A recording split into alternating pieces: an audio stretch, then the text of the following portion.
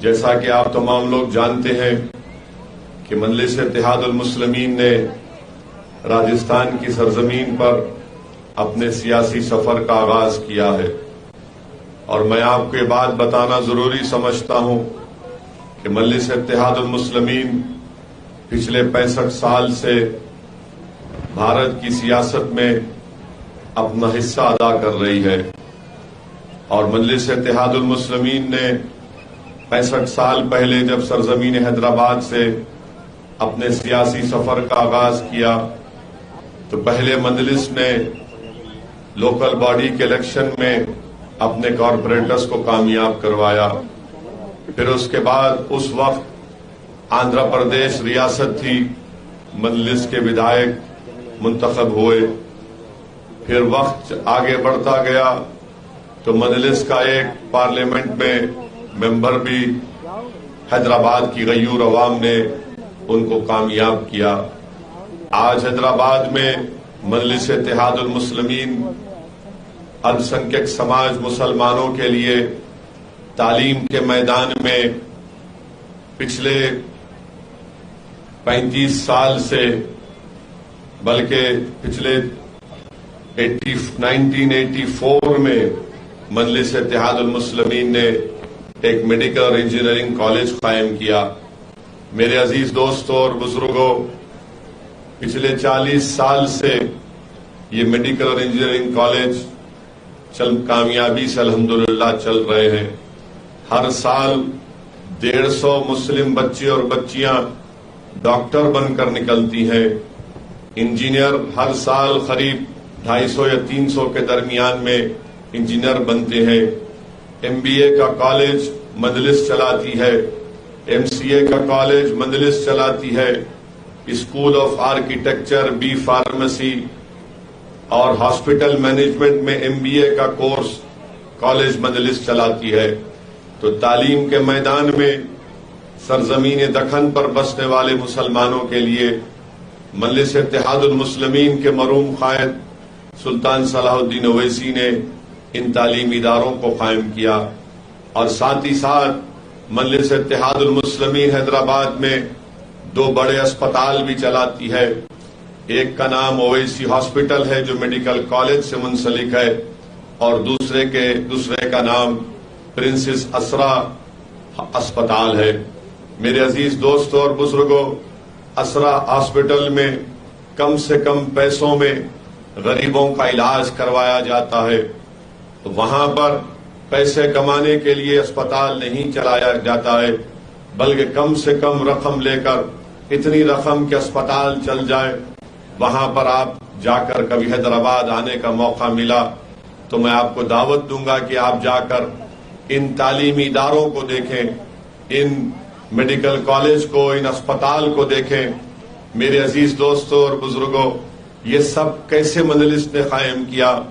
یہ صرف مجلس نے اپنی جذباتی تقاریر سے قائم نہیں کیا، بلکہ سرزمین دکن پر بسنے والے مسلمانوں میں ایک سیاسی شعور بیدار ہوا، اور انہوں نے یہ فیصلہ لے لیا کہ ہم نے برسوں سب پارٹیز کا ساتھ دیا، اب ہم مجلس کو مضبوط کریں گے۔ تو جو جنتا نے مجلس کو سیاسی طاقت دی، اس سیاسی طاقت کو مجلس نے استعمال کیا، اور مجلس اتحاد المسلمین نے یہ تعلیمی ادارے قائم کیے، یہ اسپتال قائم کیے۔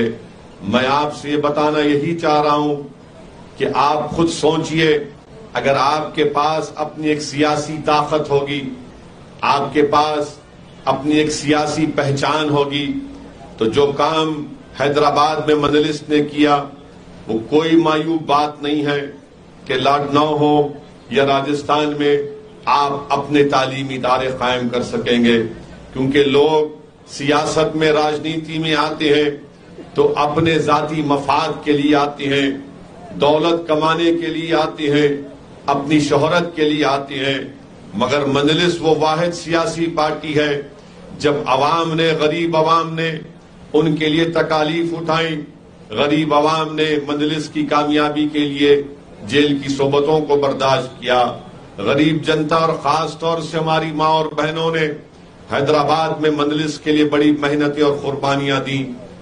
ایک پولنگ کے دن